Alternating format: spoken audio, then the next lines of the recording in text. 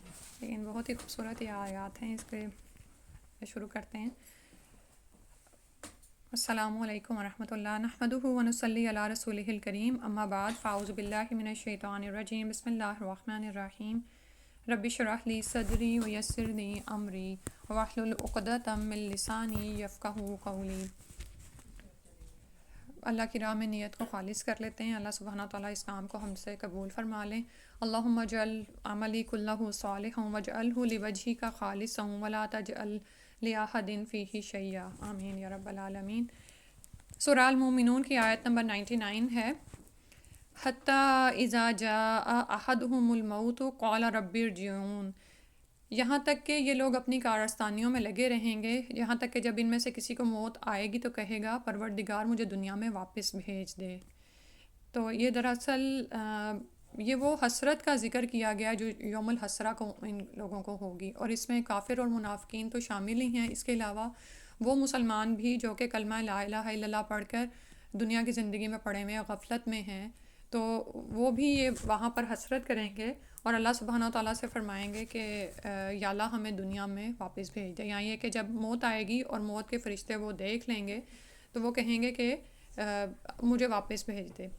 اب یہ دیکھیں کہ یہ بات مومن نہیں کہے گا، کیونکہ حدیث کی روشنی سے ہی ہمیں پتہ چلتا ہے کہ مومن تو جب آگے کی نعمتیں دیکھے گا تو وہ کبھی بھی دنیا میں واپس آنا نہیں چاہے گا، ٹھیک ہے، کیونکہ مومن کے لیے تو دنیا ایک قید خانہ ہے اور کافر کے لیے جنت ہے، ٹھیک ہے، تو قید خانے میں کوئی واپس آنا نہیں چاہتا، علاوہ شہید کے کہ جب اس کو فوت کیا جاتا ہے تو وہ چاہتا ہے کہ اس کو دنیا میں دوبارہ بھیجا جائے، اس لیے نہیں کہ وہ دنیا کی نعمتوں سے فائدہ اٹھانا چاہتا ہے، بلکہ اس لیے کہ جو لطف وہ شہادت کی موت میں محسوس کرتا ہے وہ چاہتا ہے کہ اس کو دنیا میں واپس بھیجا جائے تاکہ وہ دوبارہ اللہ کی راہ میں شہید ہو کر یہاں تک پہنچے، یعنی وہ اس مزے سے بار بار گزرنا چاہتا ہے، ٹھیک ہے۔ لیکن کافر اور منافق جب ان کے پاس موت آتی ہے، موت کے فرشتے آتے ہیں تو وہ کہنے لگتے ہیں کہ ہمیں دنیا میں واپس لوٹا دیں، اور اللہ سبحانہ تعالیٰ ان کو واپس نہیں لوٹائیں گے۔ اگلی آیت میں فرمایا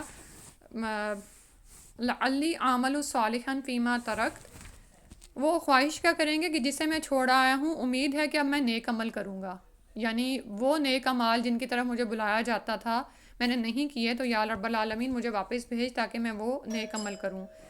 فیما ترکت کلا، وہ میں پیچھے جو چھوڑ آیا ہوں، تو فرمایا کلا، ہرگز نہیں، ایسا نہیں ہوگا، انہا کلمۃ ہوا قائلھا، یہ تو ایک بات ہے جو وہ کہہ رہا ہے، یعنی یہ تو ایک صرف کہنے والا ہے کہ اس نے کہہ دیا، وَمِن وَرَائِهِم بَرْزَخٌ إِلَىٰ يَوْمِ يُبْعَثُونَ، اور ان مرنے والوں کے درمیان دوبارہ جی اٹھنے کے دن تک ایک آڑ حائل ہوگی، ایک برزخ ہے، ایک پردہ اور رکاوٹ ہے جو ان کے اور ہمارے درمیان حائل ہو گئی۔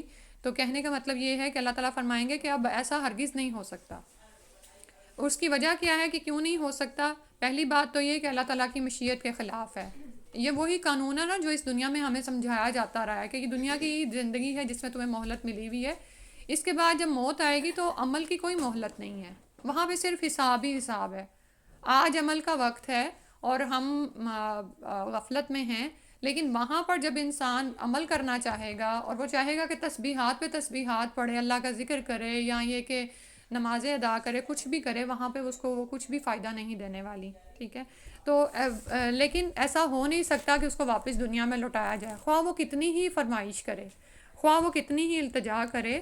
اور دوسری بات یہ کہ انہا کلمۃ ہوا قائلھا، یہ تو صرف ایک بات ہے جو کہنے والا کہہ رہا ہے، کیونکہ حالت اس کی یہ ہے کہ یہ ایک بیکار سی بات کر رہا ہے، دنیا میں اس کو کتنے ہی مواقع دیے جاتے رہے لیکن یہ اپنی روش پہ ہی لگا رہا، یعنی دنیا میں کتنی دفعہ ایسے ہوتا ہے، جیسے آپ یہ دیکھیں کہ جو پچھلی امتوں کے احوال و واقعات ہم نے پڑھے، تو جب بھی ان پر کوئی عذاب آتا تو وہ اس طرح کی دعائیں کرتے اور اللہ تعالیٰ کے حضور فریادیں کرتے کہ اگر اس دفعہ اس عذاب کو ٹال دیا گیا تو میں اپنی زندگی کو ضرور سدھار لوں گا، لیکن اس کے بعد جب عذاب ان سے ہٹا دیا جاتا تو وہ دوبارہ دنیا کی آسائشوں میں پڑ جاتے ہیں، ٹھیک ہے۔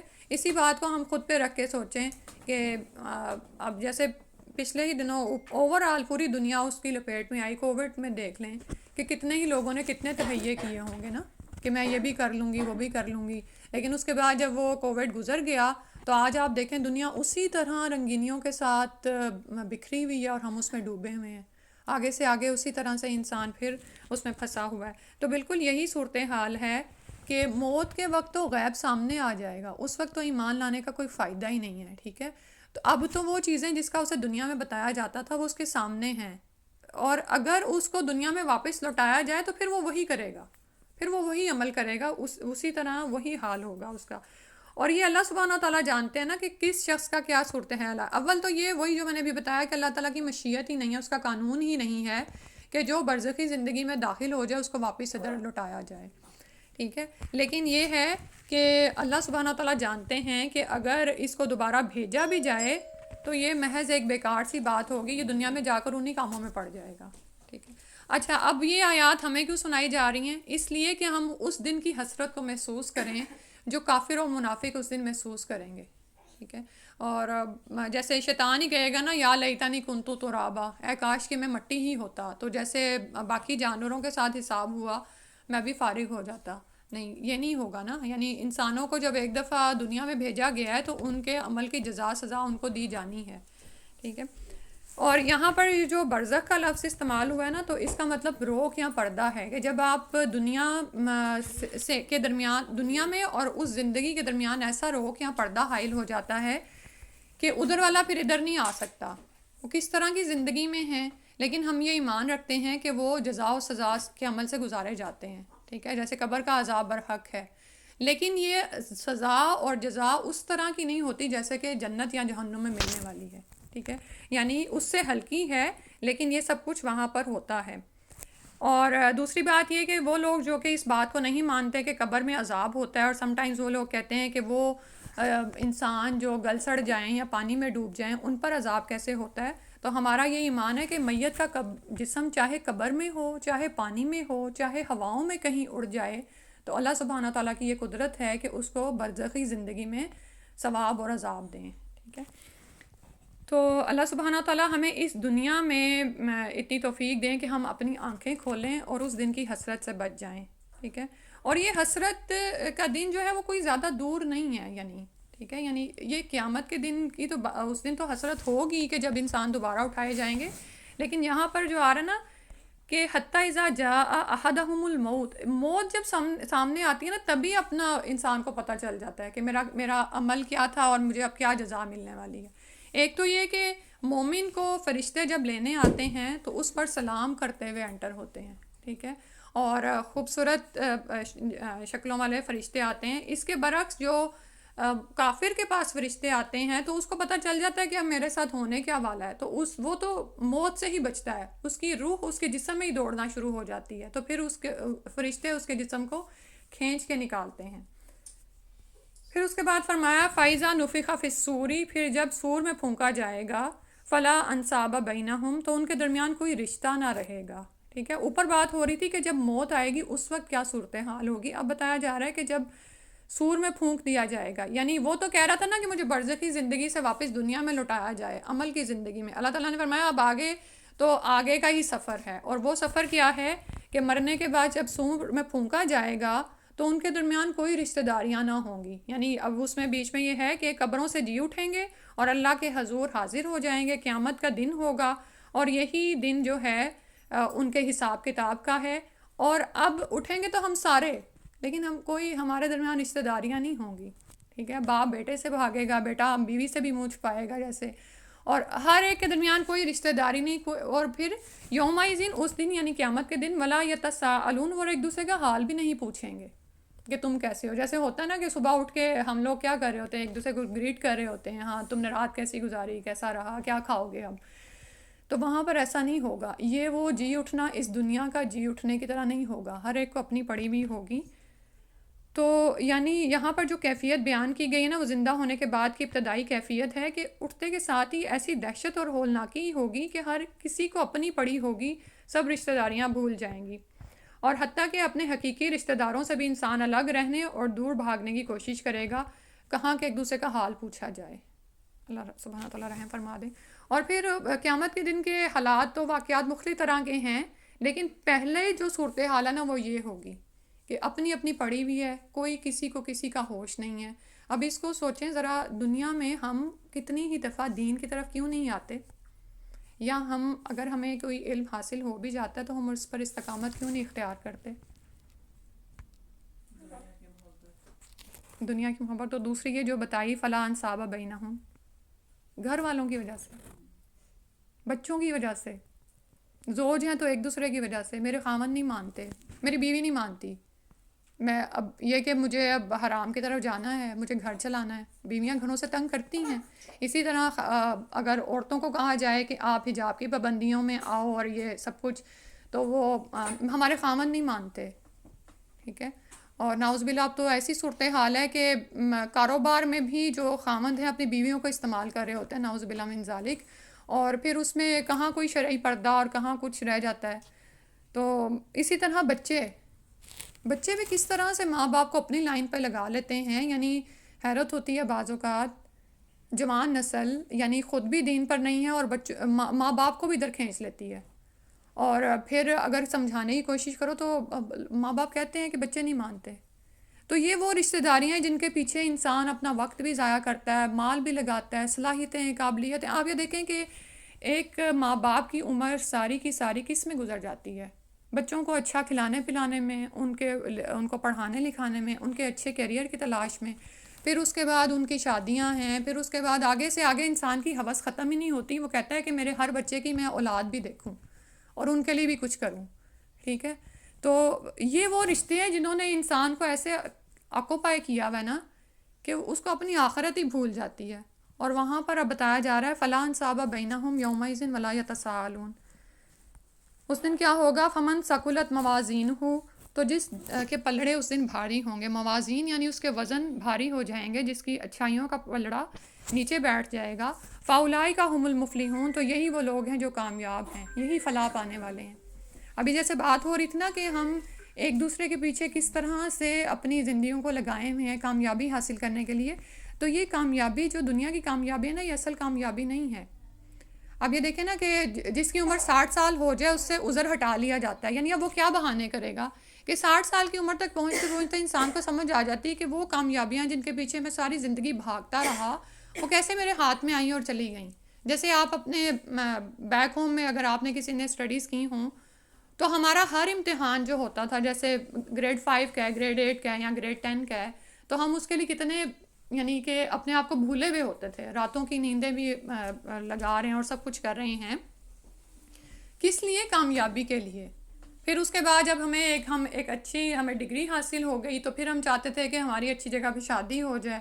شادی ہو جاتی ہے، پھر اس کے بعد ہمارے بچے بھی ہوں، پھر ارد گرد لوگوں سے ہم موازنہ تقابل بھی کرتے ہیں. فلاں کے پاس اچھا گھر ہے، فلاں کی بڑی اچھی جگہ پہ شادی ہوئی، اس کے پاس فلاں چیز ہے.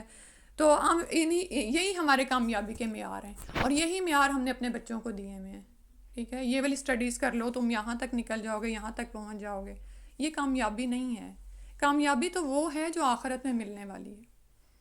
اور آخرت کی اس کامیابی سے اللہ تعالیٰ آپ سے دنیا نہیں لیتے ہیں. صرف ایک مائنڈ سیٹ چینج کرنے کی ضرورت ہوتی ہے.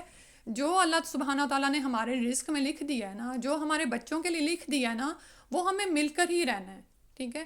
جیسے اگر آپ کی قسمت میں مال ہے نا یا رزق ہے نا تو وہ آپ تک پہنچے گا. اب یہ انسان کے اختیار میں ہے کہ وہ اس تک پہنچنے کے لیے حلال سورسز اختیار کرتا ہے یا حرام. جیسے خودکشی کرنے والے کے لیے کہا جاتا ہے نا کہ اس کی موت آنی اس وقت ہی تھی، بس اس نے چوائس کر لی کہ حرام موت مر گیا. مرنا اس نے اس وقت تھا، اللہ نے اس کی مقدر میں لکھا ہوا تھا. لیکن اللہ سبحانہ تعالیٰ کے حکم پر وہ نعوذ باللہ سبقت کرنے کی کوشش کرتا ہے کہ اپنی جان اپنے ہی ہاتھوں لے لیتا ہے. ٹھیک ہے. امانت میں خیانت کرتا ہے. بالکل اسی طرح ہم لوگوں کے ہاں کامیابی کا جو معیار ہے وہ کیا ہونا چاہیے کہ ہم آخرت کی کامیابی کے لیے تگ و دو کریں. تو اس کامیابی کو جب ہم پانے کے لیے تگ و دو کریں گے نا تو اللہ تعالیٰ دنیا کی حیثیت تو اللہ کی نظر میں مچھر کے پر برابر بھی نہیں ہے. اللہ تعالیٰ یہ نہیں ہم سے لیتے. یہ تو بلکہ ایک وقت ہوتا ہے کہ آپ دنیا کے پیچھے بھاگتے ہیں اور جب آپ دین کے لیے کوششیں کرتے ہیں تو دنیا آپ کے پیچھے آتی ہے. یہ آپ کے پیروں میں ہوتی ہے. اور پھر پھر آپ کو سمجھ آتی ہے کہ مجھے تو یہ اس کی اوقات کیا ہے، مجھے سمجھ آ گئی ہے. سبحان اللہ. تو اللہ سبحانہ تعالیٰ سے دعا ہے کہ ہم کامیابی کا جو معیار بن گیا ہوا ہے دنیا میں اس سے ہم باہر نکلیں اور اپنے بچوں کو بھی اس بات کا علم دیں. کیونکہ ہمارے بچے بھی دیکھیں کہاں جا رہے ہیں. اسی معاشرے میں نکلتے ہیں نا، مختلف تہذیبوں سے ان کا ٹکراؤ ہوتا ہے، ان لوگوں سے ان کا ٹکراؤ ہوتا ہے جن کی زندگی میں آخرت کا کوئی تصور ہی نہیں ہے، ان کے لیے تو صرف دنیا ہی کی کامیابی ہے، اور جب اس دنیا کی کامیابی ان کو نہیں ملتی تو وہ ڈپریشن میں بھی سب سے زیادہ وہی جاتے ہیں، کیونکہ ان کے پاس کوئی اللہ نہیں ہے، ٹھیک ہے، کوئی آخرت کا تصور نہیں ہے جن پر انہوں نے امید لگائی ہوئی ہو۔ تو اللہ تعالیٰ نے فرمایا کہ اصل کامیابی وہ ہے جس کے پلڑے اس آخرت کی زندگی میں بھاری ہو جائیں گے۔ ومن خفت موازینہ، اور جس کے پلڑے ہلکے ہو گئے، یعنی اچھائیوں کا پلڑا اس کا نیچے گر گیا اور برائیوں کا بھاری ہوگا، فاولائکا، تو یہی وہ لوگ ہیں، الذین، وہ لوگ، خسروا، جنہوں نے خسارے میں ڈالا، انفسہم، اپنے ہی نفسوں کو، فی جہنم، جہنم میں، خالدون، ہمیشہ رہنے والے ہیں۔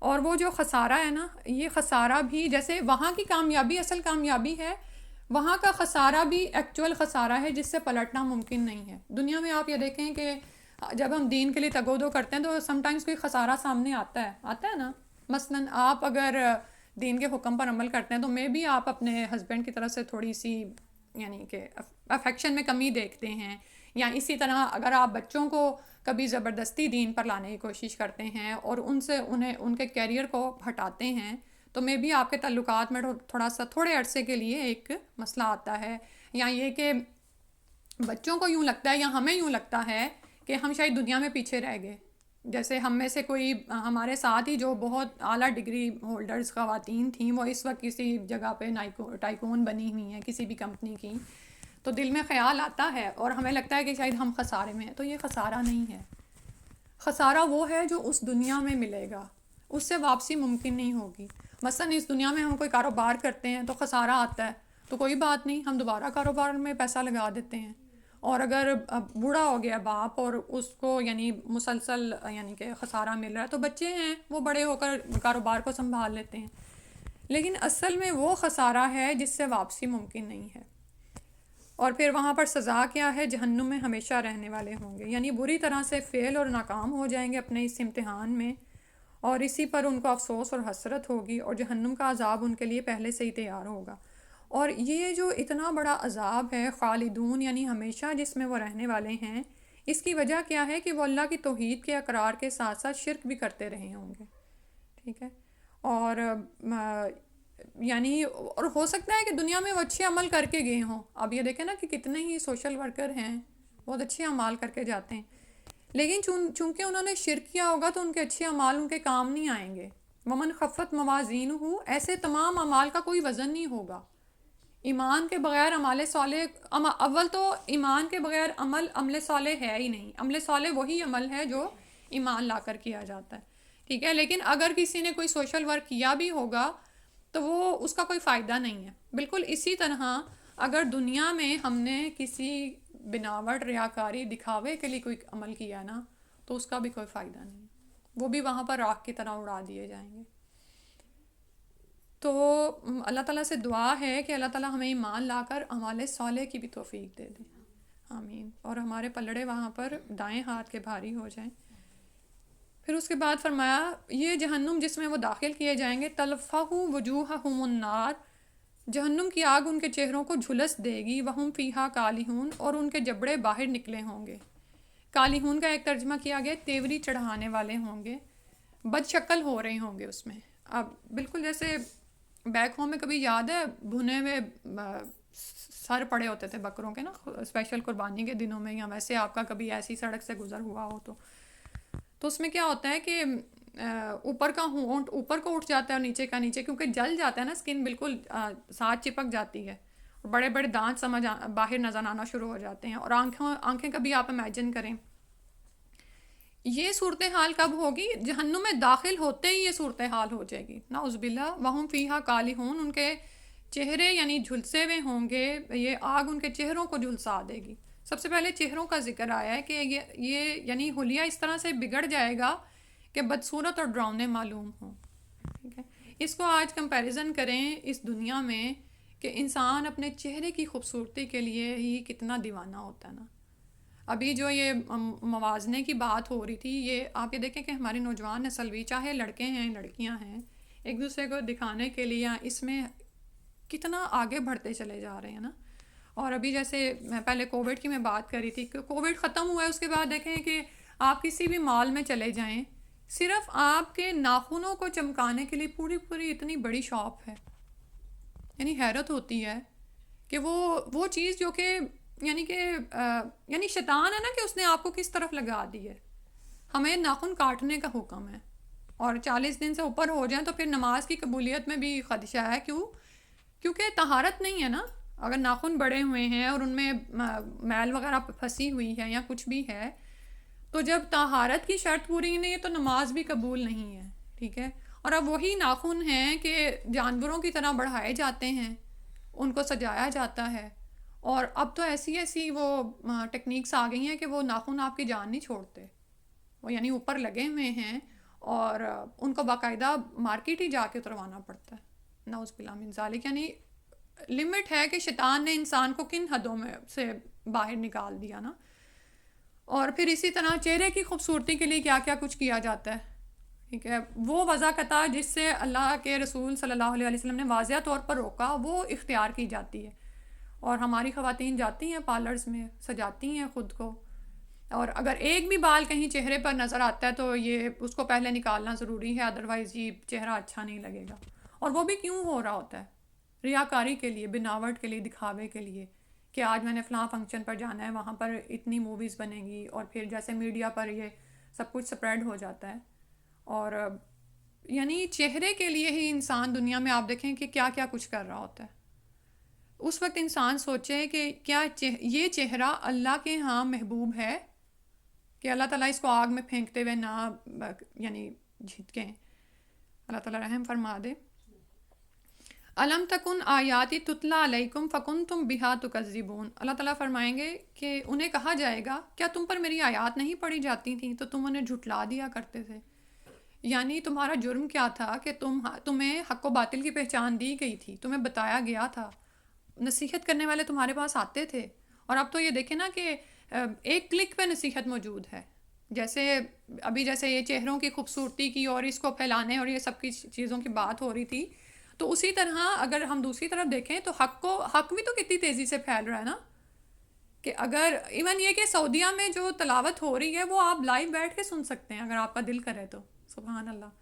اور کہیں بھی آپ ایک کلک پہ پہنچ سکتے ہیں نصیحت کی بات سننے کے لیے. الم تکن آیاتی تتلا علیکم, انہیں کہا جائے گا تم پر میری آیات نہیں پڑھی جاتی تھیں تو تمہیں یہ بتایا نہیں گیا تھا. اب یہ دیکھیں کہ اگر ہم پورے قرآن کے ترجمے سے نہیں بھی گزرے تو الحمدللہ بچپن میں ہمیں یہ باتیں جو ابھی 102 اور 103 میں آیات میں گزری ہیں یہ تو ہمیں بتایا گیا تھا نا. جس کے پلڑے بھاری ہو گئے وہ سمجھو کامیاب ہو گیا, اور جس کے پلڑے ہلکے ہیں تو وہی لوگ ہمیشہ جہنم میں رہنے والے ہیں. اور پھر کتنی دفعہ ہی ہمیں بتایا جاتا ہے کہ دائیں ہاتھ میں جس کو اعمال نامہ دیا جائے گا تو وہ خوش نصیب لوگ ہوں گے, اور جن کو پیچھے سے بائیں ہاتھ میں اعمال نامہ دیا جائے گا وہ بد نصیب ہیں. ٹھیک ہے. تو یہ تمام چیزیں تو ہم پر پڑھی جاتی ہیں. فکنتم بہا تکذبون, تو تم ان کو جھٹلا دیا کرتے تھے, مانتے نہیں تھے. اب یہ دیکھیں کہ کیسی کیسی دلائل لے کر آتے ہیں نا.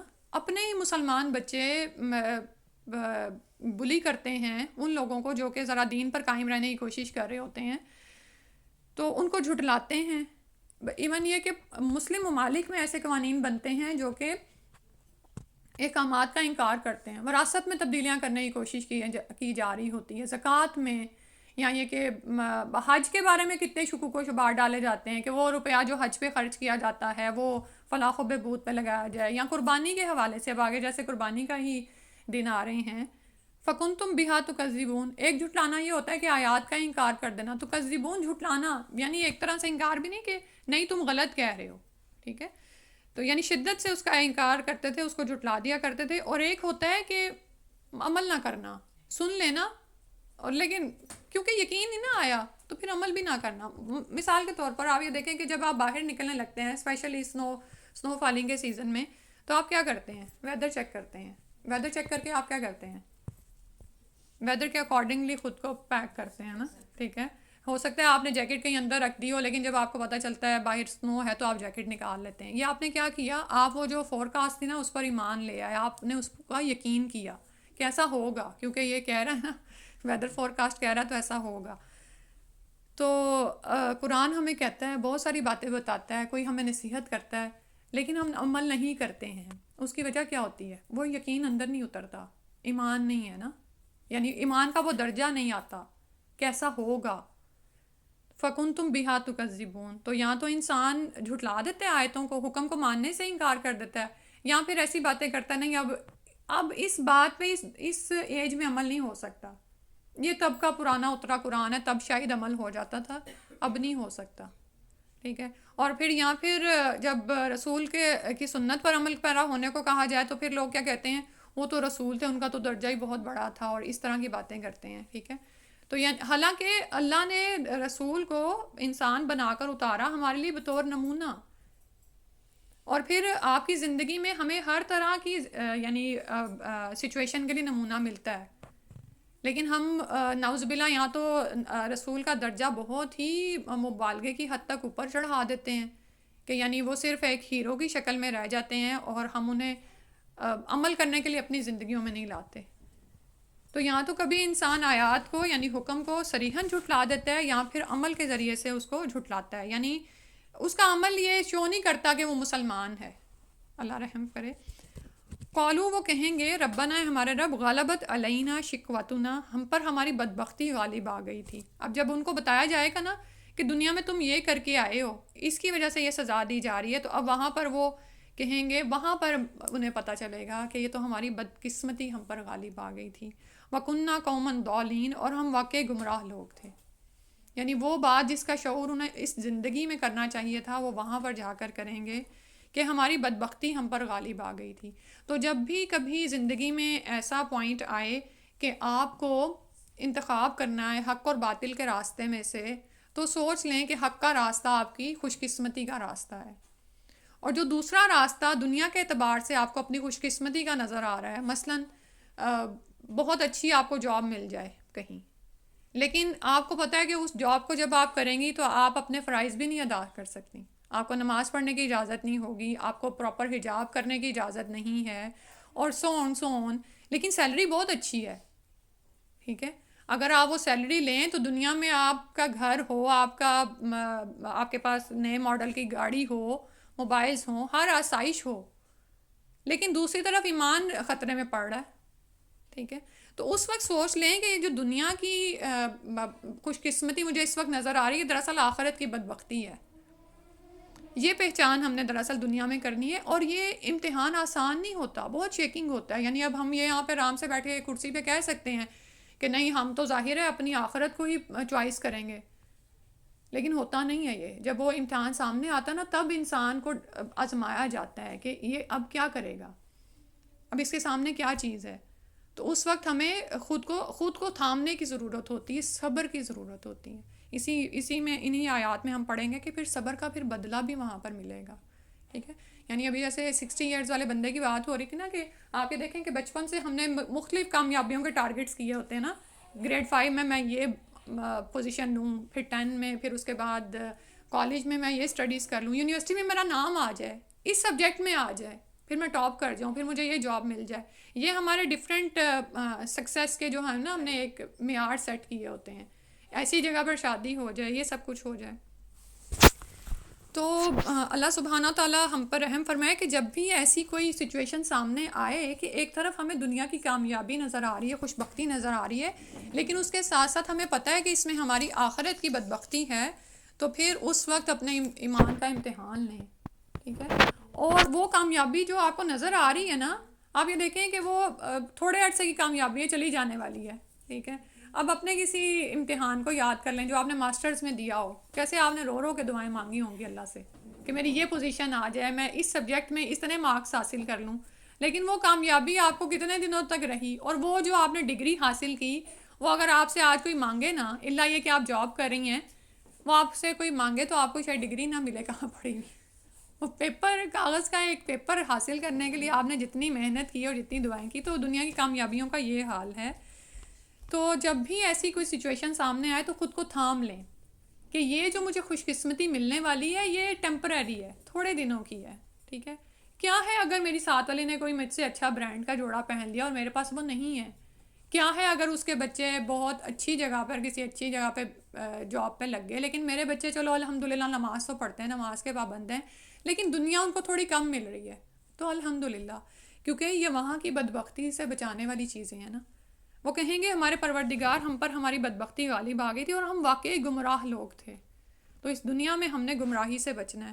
پھر وہ کہیں گے، اب آپ یہ دیکھیں کہ ان کی وہاں پر جو درخواستیں ہیں، اور اگر ہم امیجن کریں نا کہ ان کا حال کیا ہوگا، کہ وہ اب جہنم میں ہیں، جل رہے ہیں، اور ارد گرد کوئی رشتہ داری، کوئی اپنا پوچھنے والا نہیں ہے، اور رب کو ہی پکار رہے ہیں۔ وہ رب جو ان کو اس دنیا میں یاد بھی نہیں آتا تھا، ربنا اخرجنا منہا، اے ہمارے رب ہمیں نکال یہاں سے، فَإِنْ اُدْنَا، پھر اگر ہم کریں دوبارہ، فَإِنَّا ظَالِمُونَ، تو ہم ہی ظالم ہیں۔ یعنی وہی بات جو اوپر وہ کہیں گے وہاں پر موت کے وقت، کہ ہمیں دنیا میں بھیج دے تاکہ ہم اچھے عمل کر آئیں۔ تو وہ کہیں گے کہ اللہ ایک دفعہ ہمیں یہاں سے نکال دے، تو ہم اگر دوبارہ یہی کریں تو ہم یقیناً ظالم ہیں، یعنی یہ جو ہم دنیا میں کر رہے ہیں نا، یعنی اپنے ظلم ظالم ہونے کی خود ہی گواہی دے رہے ہیں۔ تو اب یعنی چاہ رہے ہیں کہ ہم اپنے عمل کو سدھار آئیں، اچھے بن کر آئیں، لیکن یہ التجا قبول نہیں ہوگی، وہی جو اوپر بتایا ہے نا کہ یہ اللہ تعالیٰ کی مشیت نہیں ہے۔ اللہ سبحانہ تعالیٰ کی طرف سے جواب آئے گا، قال اخسؤ فیہا، اللہ تعالیٰ فرمائے گا مجھ سے دور ہی رہو، یعنی اسی میں پڑے رہو، ولا تکلمونی، اور مجھ سے بات بھی نہ کرو، مجھ سے کلام بھی نہ کرو، مجھے پکارو بھی نہیں۔ اور خسا کا لفظ جو ہوتا ہے نا، وہ کتے اور سور کو دھتکارنے کے لیے استعمال ہوتا ہے، جیسے ہم پنجابی میں آپ نے کبھی سنا ہو بیک ہوم میں کتے کو دور کرنے کے لیے دور دور کرتے تھے، تو اسی طرح سے اخسا کا جو لفظ ہے نا، وہ کتے کو ہٹانے کے لیے یعنی اللہ تعالیٰ کی بیزاری کا معاملہ یہاں پر سمجھا جا رہا ہے۔ قال اخسؤ فیہا، اللہ تعالیٰ فرمائے گا مجھ سے دور ہی رہو، اسی آگ میں پڑے رہو، دور رہو، ولا تکلمونی، اور مجھ سے بات بھی نہ کرو، ایسی التجا بھی نہ کرو، اس کا کوئی فائدہ ہی نہیں ہے۔ بعض اوقات بچہ آپ سے بہت ضد کرتا ہے نا، تو آپ اس کو بھی یعنی یہ شٹ اپ کرایا جا رہا ہے کہ بھئی یہ ایک بات اب دوبارہ نہ کہنا تم۔ اللہ اکبر۔ پھر اللہ تعالیٰ ان کو فرمائیں گے انہو کانا فریق من عبادی، بات یہ ہے کہ جب میرے بندوں میں سے، یعنی یہ گروہ ایسا تھا، یقولون ربنا آمنا فاغفر لنا، کہ اے ہمارے پروردگار ہمیں بخش دے، ورحمنا، اور ہم پر رحم کر، وانت خیر الراحمین، اور تو ہی سب سے بہتر رحم کرنے والا ہے۔ اب ان ظالموں کا، کفار کا معاملہ مومنین کے ساتھ بتایا جا رہا ہے۔ سبحان اللہ۔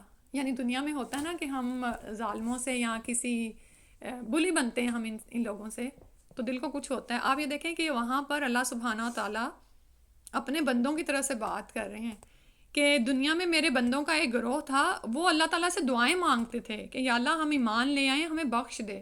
اور اس میں ہمارے لیے بھی بڑا وہ آ رہا ہے کہ ایمان لا کر انسان اپنے ایمان کا بھی واسطہ پیش کرتا ہے نا، وسیلہ پیش کرتا ہے نیک عمل کا، اور اللہ سبحانہ تعالیٰ بخشنے والے ہیں۔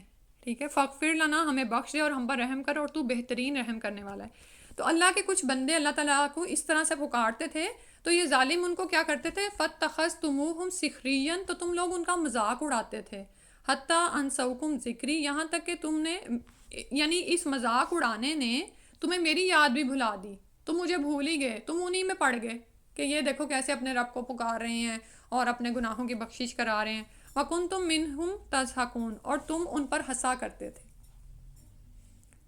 اللہ اکبر۔ اور یہاں پر جو ہمیں سمجھنے والی بات ہے نا، جو ہمارے لیے عمل کی بات ہے، وہ یہ ہے کہ دنیا میں بعض اوقات ہمارے ساتھ بھی ایسا ہوتا ہے کہ کسی شخص سے ہماری بنتی نہیں ہے، یا اب جیسے اب ملکوں کے بارے میں ہی اتنا پروپیگنڈا پھیلا دیا گیا ہے کہ ملکوں سے نہیں بنتی، اسلامی ممالک سے نہیں بنتی، اور ہم بڑے آرام سے نا چٹ چیٹ میں پڑے ہوتے ہیں، بحث مباحثے کر رہے ہوتے ہیں، اس وقت ہم یہ بات بھول جاتے ہیں، اور بعض اوقات ہم یہی بات کر رہے ہوتے ہیں فَاتَّخَذْتُمُوهُمْ سِخْرِيًّا، مذاق کا نشانہ بناتے ہیں ہم بہت سے لوگوں کو۔ بعض اوقات مسلمانوں کا ہی مذاق اڑا رہے ہوتے ہیں، ان کی لمبی داڑھی کا، ان کی ٹخنوں سے اوپر شلواروں کا، اور یہاں پہ عورتوں کا مذاق اڑایا جا رہا ہوتا ہے کہ وہ اتنے بڑے بڑے کپڑے لے کے کیوں باہر نکل رہی ہیں۔ ٹھیک ہے، حتیٰ انسوکم ذکری، اور یہ بات ہمیں رب کا ذکر ہی بھلا دیتی ہے۔ ٹھیک ہے، یعنی شیطان بعض اوقات انسان پر ایسے حاوی ہو جاتا ہے، اور وہ کچھ لوگوں کو آپ کی زندگی میں ایسا ٹارگٹ بنا دیتا ہے، یعنی آپ کی ہر وقت سوچ اور نظر اسی کی طرف ہی جاتی ہے، چاہے مومن ہی ہو۔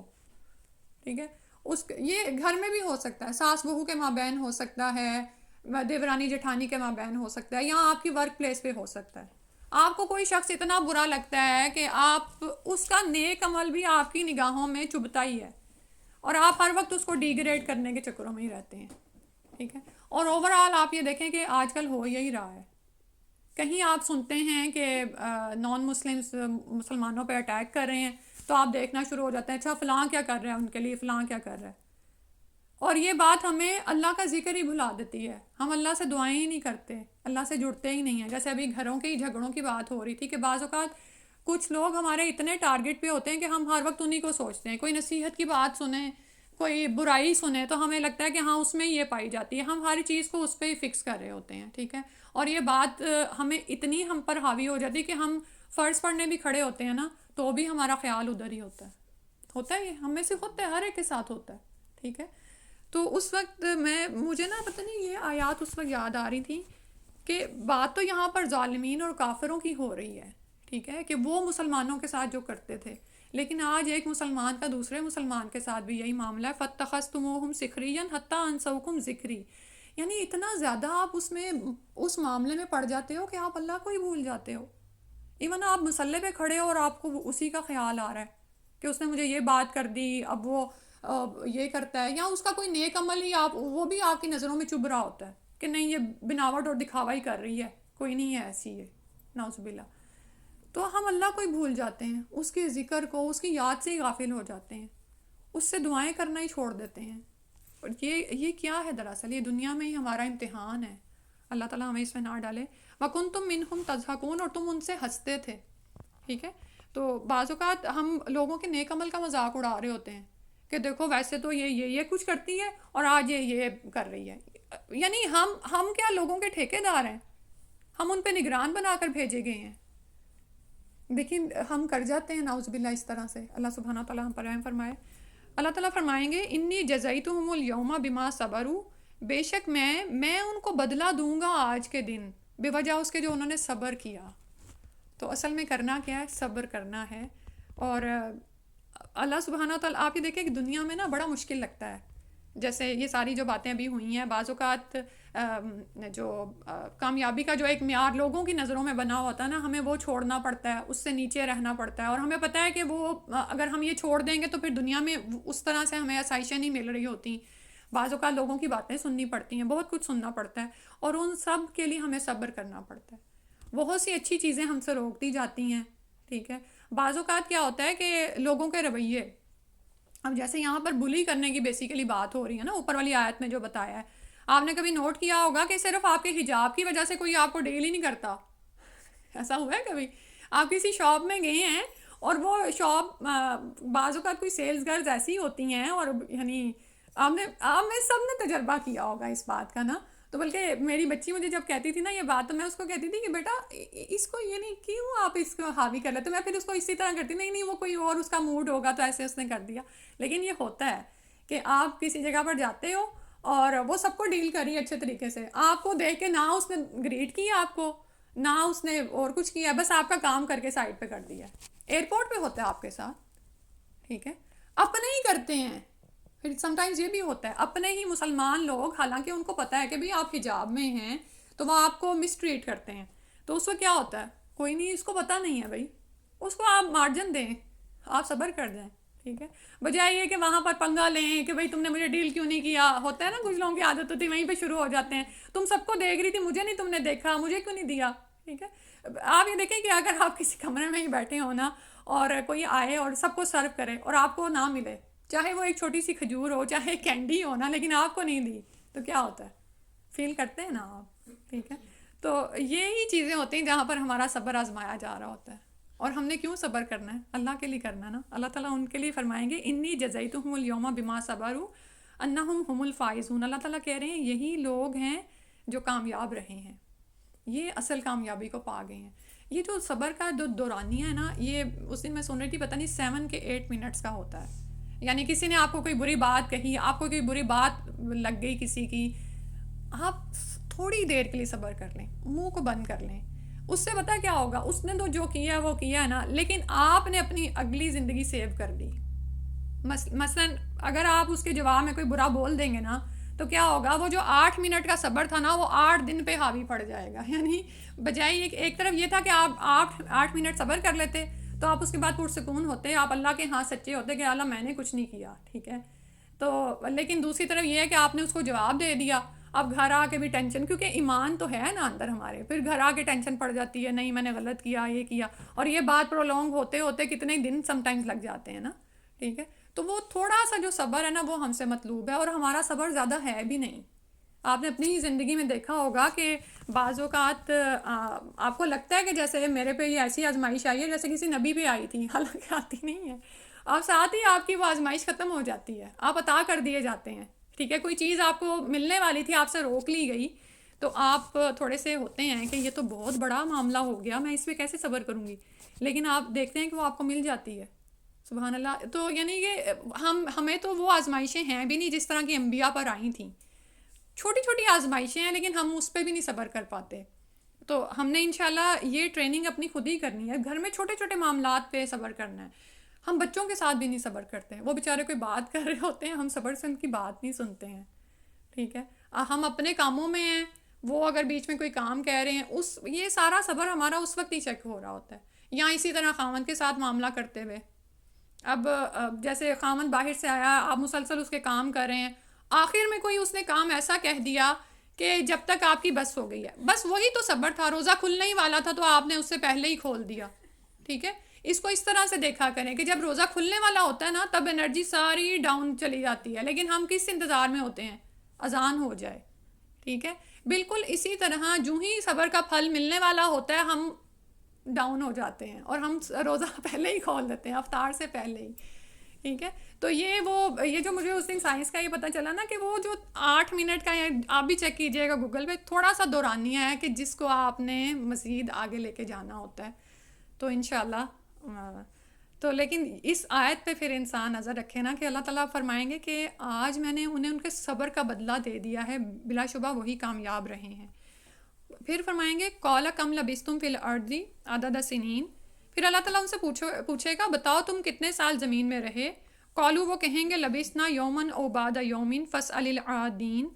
وہ کہیں گے یہی کوئی ایک دن یا اس کا کچھ حصہ، اور یہ بات تو شمار کرنے والوں سے پوچھیے. یعنی ان مذاق اڑانے والوں سے، دوزخ میں داخل ہونے والوں سے اللہ تعالیٰ یا اس کے فرشتے سوال کریں گے کہ بھلا بتاؤ تو زمین میں تم کتنے سال رہ کر آئے ہو.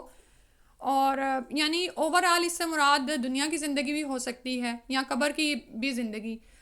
اب یہ دیکھیں کہ سونے کے بعد جب وہ کوئی اٹھتا ہے تو وہ کیا کہتا ہے.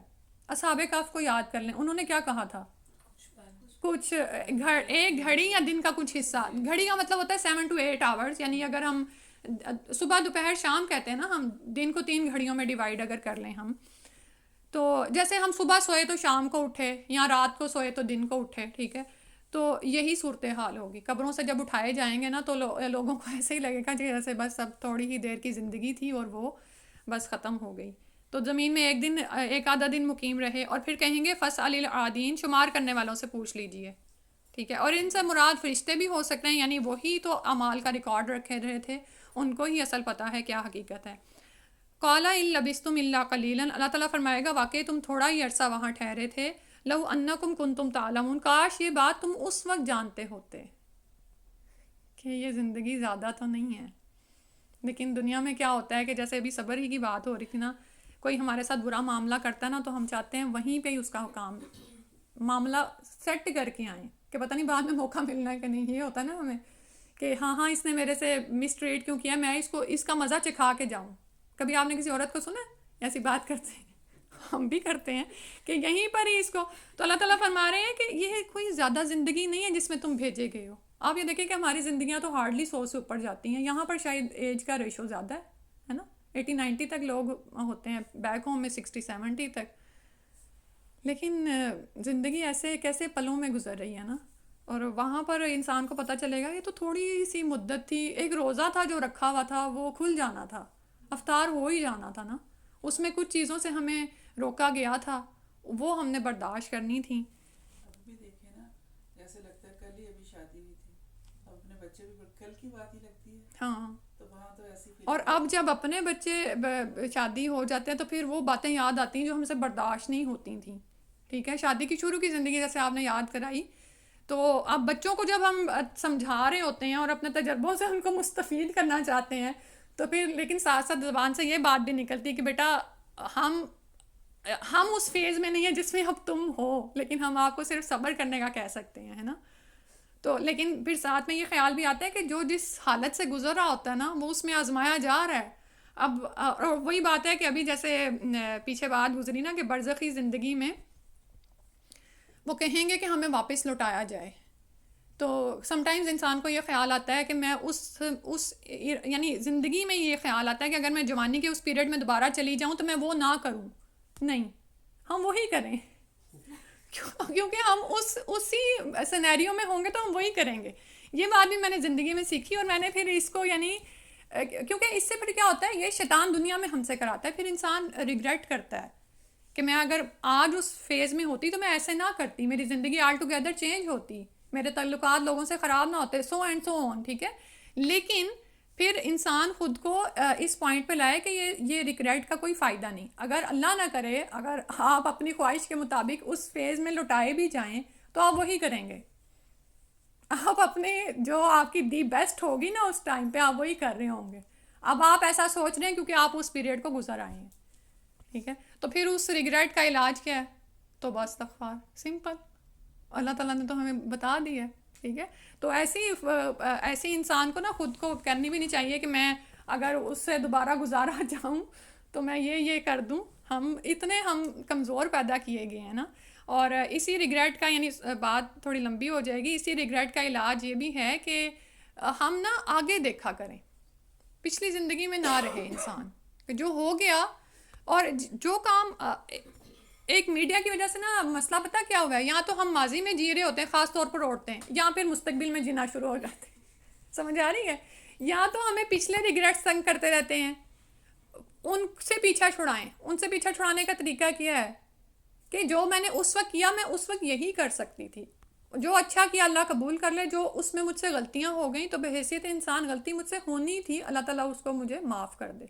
یہ ہمیں آدم و حوا کے قصے میں سکھایا گیا. ٹھیک ہے، اور ہم حال میں نہیں رہ رہے ہوتے، یہاں ہم مستقبل کا سوچ رہے ہوتے ہیں. اچھا میں جو کچھ ہم کر رہے ہیں نا وہ نہیں ہم سوچ رہے. ہم سوچ رہے ہیں گھنٹے بعد مجھے کیا کرنا ہے، پرسوں کیا ہوگا، میرے بچے کا کیا. موجودہ حالت میں رہنے کی کوشش کریں. اس سے پتہ کیا ہوگا، جب آپ موجودہ حالت میں رہیں گے اور اس حال کو اچھا گزارنے کی کوشش کریں گے نا تو سٹیپ بائی سٹیپ آپ کا ماضی اچھا ہو جائے گا نا. ٹھیک ہے، اور پھر یہ کہ مستقبل کے اندیشے بھی نہیں ہوں گے. تو جو آپ اس وقت کر رہے ہیں نا اس کو دی بیسٹ کریں. جو آپ کو انرجیز ملی ہوئی ہیں، جو آپ کو اللہ تعالیٰ نے وزڈم حکمت دی ہوئی ہے، کیونکہ یوزلی بیسیکلی اب جس ایج میں ہم ہیں تو ہمیں بہت سے فیصلے بھی کرنے پڑ رہے ہوتے ہیں نا. تو اللہ تعالیٰ سے جڑتے ہوئے، اس سے مدد لیتے ہوئے، اس سے دعائیں کرتے ہوئے اپنی زندگی کے بارے میں جو بھی فیصلے کریں نا حال میں رہیں کہ میں یہ کر رہی ہوں، یہ کر رہی ہوں، اس کو دی بیسٹ کرنے کی کوشش کریں انشاءاللہ. تو وہاں پر جب وہ پوچھیں گے کہ بھئی کتنا عرصہ رہے تو ان کو وہ کہیں گے ہمیں نہیں پتا. ہمیں یوں لگتا ہے کہ ہم دن کا کچھ حصہ یہاں پر رہے ہیں تو کہیں گے فَاسْأَلِ الْعَادِّينَ، تو پوچھ لیجئے گنتی کرنے والوں سے. اچھا، اور اب یہ دیکھیں کہ یہ مومنین کو تو پتہ ہی ہے کہ ہم یہاں پر کتنا عرصہ ہیں، ایک چھوٹا سا عرصہ ہے جو جلدی گزرنے والا ہے. تو اس آیت میں ہمارے لیے عمل کی بات یہ بھی ہے کہ ہم اپنی اسی زندگی کو دی بیسٹ کر کے جائیں. جیسے ابھی موجودہ اپنی حالت موجود میں رہیں. یعنی یوزلی کیا ہوتا ہے کہ ہم ایک کام کر رہے ہوتے ہیں نا اس کو ہم اچھا نہیں کر رہے، ہم آگے سوچ رہے ہوتے ہیں اچھا مجھے یہ کرنا ہے وہ کرنا ہے، اور اسی میں آپ اپنے حال کو بھی بگاڑ رہے ہوتے ہیں. ٹھیک ہے، جیسے بچوں سے بعض اوقات ہم کیوں ہائپر ہو جاتے ہیں اور ان کے ساتھ صبر کیوں نہیں کر پاتے، کیونکہ ہم پری آکوپائڈ ہوتے ہیں اپنے فیوچر پلانز میں. مثلاً بچہ آیا اس نے کوئی کام کہہ دیا ہے لیکن آپ کے مائنڈ میں تو یہ ہے کہ 7 o'clock تک مجھے ہنڈیاں پکانی. ٹھیک ہے، تو پھر آپ اس کو اچھا ٹریٹ نہیں کریں گے. ٹھیک ہے، تو ایک بات ہم نے یہ پلے باندھنی ہے کہ ہم نے حالت موجود میں رہنا ہے کہ جو امتحان یا جو چیز میرے پاس اس وقت آ گئی ہے نا میں نے اس سے اچھا سلوک کرنا ہے، اس کو اچھی طرح سے پرفارم کرنا ہے. تو پھر انشاءاللہ ہمارا ایک ایک کرتے سارا جو ماضی ہے نا وہ اچھا ہوتا جائے گا. قَالَ إِن لَبِثْتُمْ إِلَّا قَلِيلًا، اللہ تعالیٰ فرمائے گا تم وہاں پر تھوڑا ہی عرصہ ٹھہرے تھے، کاش تم یہ بات اس وقت بھی جانتے ہوتے.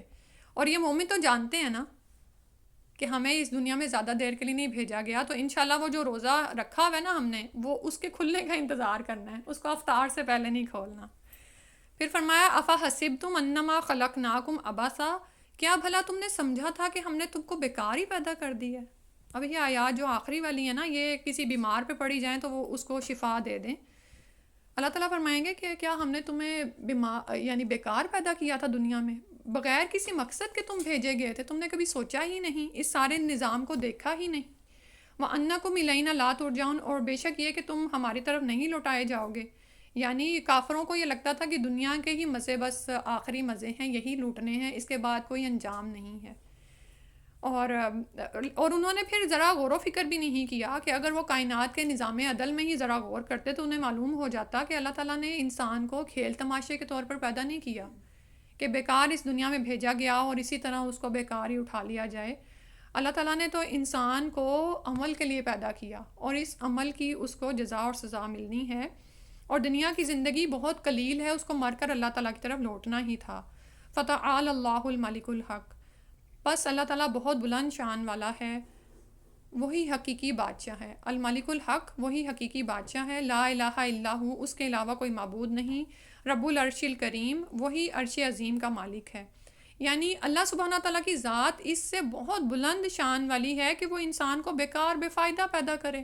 انسان کو دیکھیں نا، ہم بھی کوئی کام کرتے ہیں تو بیکار تو نہیں پیدا کرتے.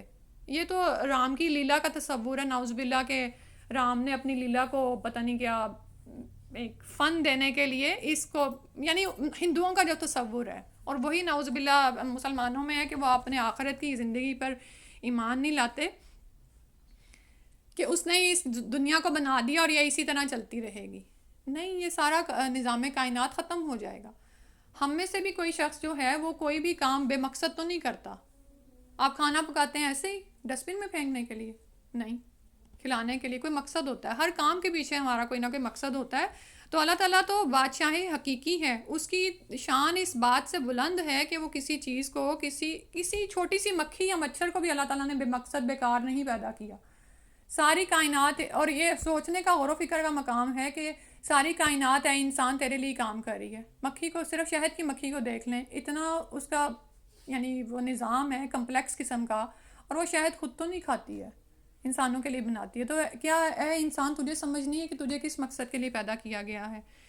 اور وہ کیا تھا کہ اللہ کی عبادت کرے، اللہ کی توحید کا اقرار کرے. لا الہ الا اللہ رب العرش الکریم، وہ تو عظیم عرش کا مالک ہے، اور کائنات کی سب سے بڑی چیز عرش ہی ہے جس کا اللہ سبحانہ تعالیٰ مالک ہے. یعنی تخلیقات میں سب سے بلند یہ عرش ہے. تو یعنی یہ کہہ کر یہ سمجھا دیا گیا کہ عرش کا وہ مالک ہے تو تم سب کا بھی اللہ ہی مالک ہے، تمہارا رب بھی وہی ہے اور تمہارا وہ مالک ہے. تو جو مالک ہوتا ہے بھی اس کی بات مانی جاتی ہے نا. وَمَن يَدْعُ مَعَ اللَّهِ إِلَٰهًا آخر، اور جو کوئی اللہ کے ساتھ پکارے دوسرا معبود، لا برہان لہ، جس کی اس کے پاس کوئی دلیل نہیں ہے، فَإِنَّمَا حِسَابُهُ عِندَ رَبِّهِ، تو بے شک اس کا حساب اس کے رب کے ذمے ہے. إِنَّهُ لَا يُفْلِحُ الْكَافِرُونَ، بے شک ایسے کافر کبھی کامیاب نہیں ہوں گے. تو جو لوگ اللہ کو مانتے ہیں لیکن اس کے ساتھ ساتھ شرک کرتے ہیں اور انہیں اپنا حاجت روا اور مشکل کشا سمجھتے ہیں، اور لا برہان لہ بھی، حالانکہ ان کے پاس کوئی دلیل نہیں اتری ہے، کوئی ان کو پتہ نہیں ہے. اور یوزلی لوگ کس طرح فالو کر رہے ہوتے ہیں نا، علاوہ اصلی دین کے، اندھا دھند اپنے بڑوں کو انہوں نے کرتے ہوئے دیکھا ہوتا ہے. یہاں آج تو میڈیا ہی جو ہے بہت بڑا ٹیچر ہے نا، کہ اس کو کھولو اور جو وہاں پر چل رہا ہے اس کو فالو کرنا شروع کر دو. اللہ تعالیٰ کہہ رہے ہیں لا برہان لہ بھی، ان کے پاس اس چیز کی کوئی دلیل نہیں ہے. تو اللہ سبحانہ تعالیٰ ہی کے ہاں ان کا حساب ہونے والا ہے، اور اللہ تعالیٰ ایسے کافروں کو کبھی کامیاب نہیں کریں گے. وقل رب اغفر وارحم وانت خیر الراحمین، اور نبی صلی اللہ علیہ وسلم کا ان پر فرما دیا گیا کہ آپ کہہ دیجئے کہ اے میرے رب مجھے بخش دے اور مجھ پر رحم کر. جب اللہ سبحانہ تعالیٰ گناہوں کی بخشش فرما دیتے ہیں نا تو پھر اللہ تعالیٰ کی رحمت آتی ہے.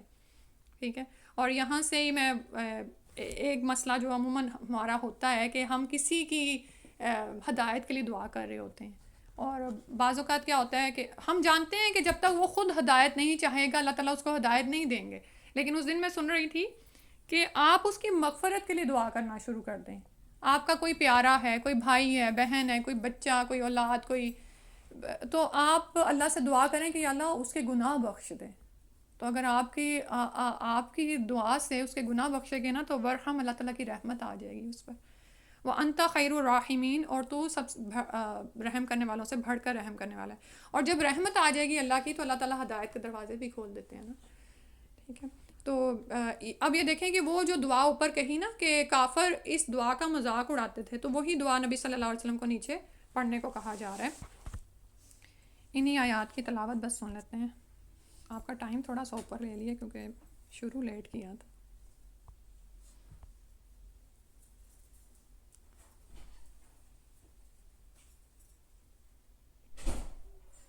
حتى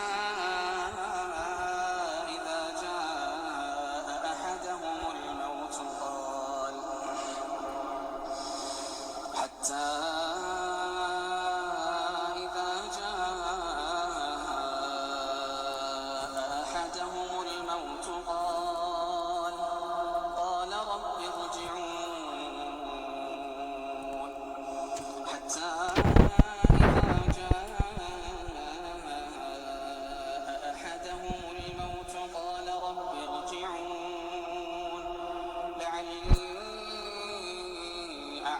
صالحا فيما تركت كلا إنها كلمة هو قائلها ومن ورائهم برزخ إلى يوم يبعثون فإذا نفخ في الصور فلا أنساب بينهم يومئذ ولا يتساءلون ثقلت موازينه فأولئك هم المفلحون ومن خفت موازينه فأولئك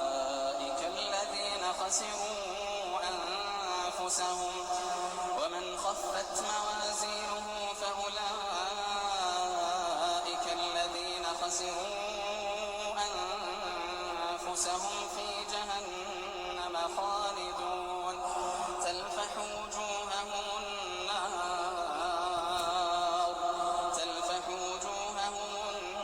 النار وهم فيها كالحون ألم تكن آياتي تتلى عليكم فكنتم بها تكذبون ومن خفت موازينه فأولئك الذين خسروا